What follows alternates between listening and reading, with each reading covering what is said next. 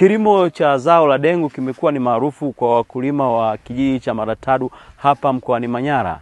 Wakulima hao wamekuwa washuhuda wakubwa wa mfumo wa soko la bidhaa Tanzania maarufu kama TMX, ambapo wanasema mfumo huu umekuwa ni mkombozi kwao. TMX imesaidia katika kuboresha maslahi ya mkulima kwa kutupatia bei rafiki katika mazao yetu, na pia minada kufanyika kwa wakati.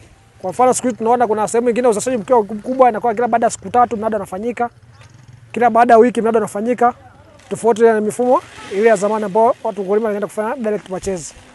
Kwa hiyo sasa hivi TMX imerahisisha, ina maana kuna kwa ile integrated market ile maana masoko tofauti na mtu mnunuzi ananunua popote alipo.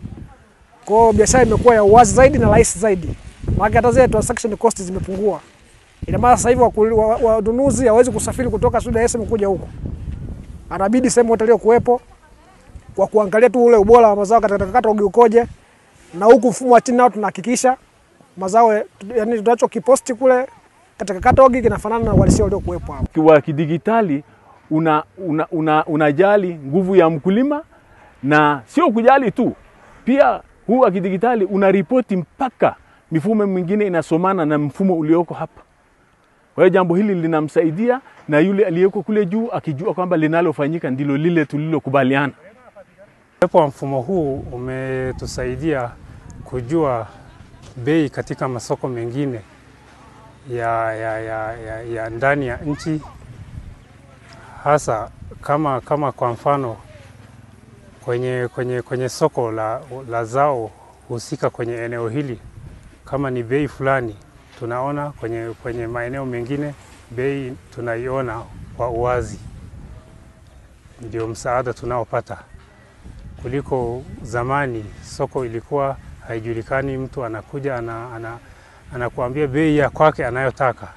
Nilipouona mfumo huu ni mzuri sana, kwa sababu unasaidia mkulima, kwa sababu ni mfumo halali.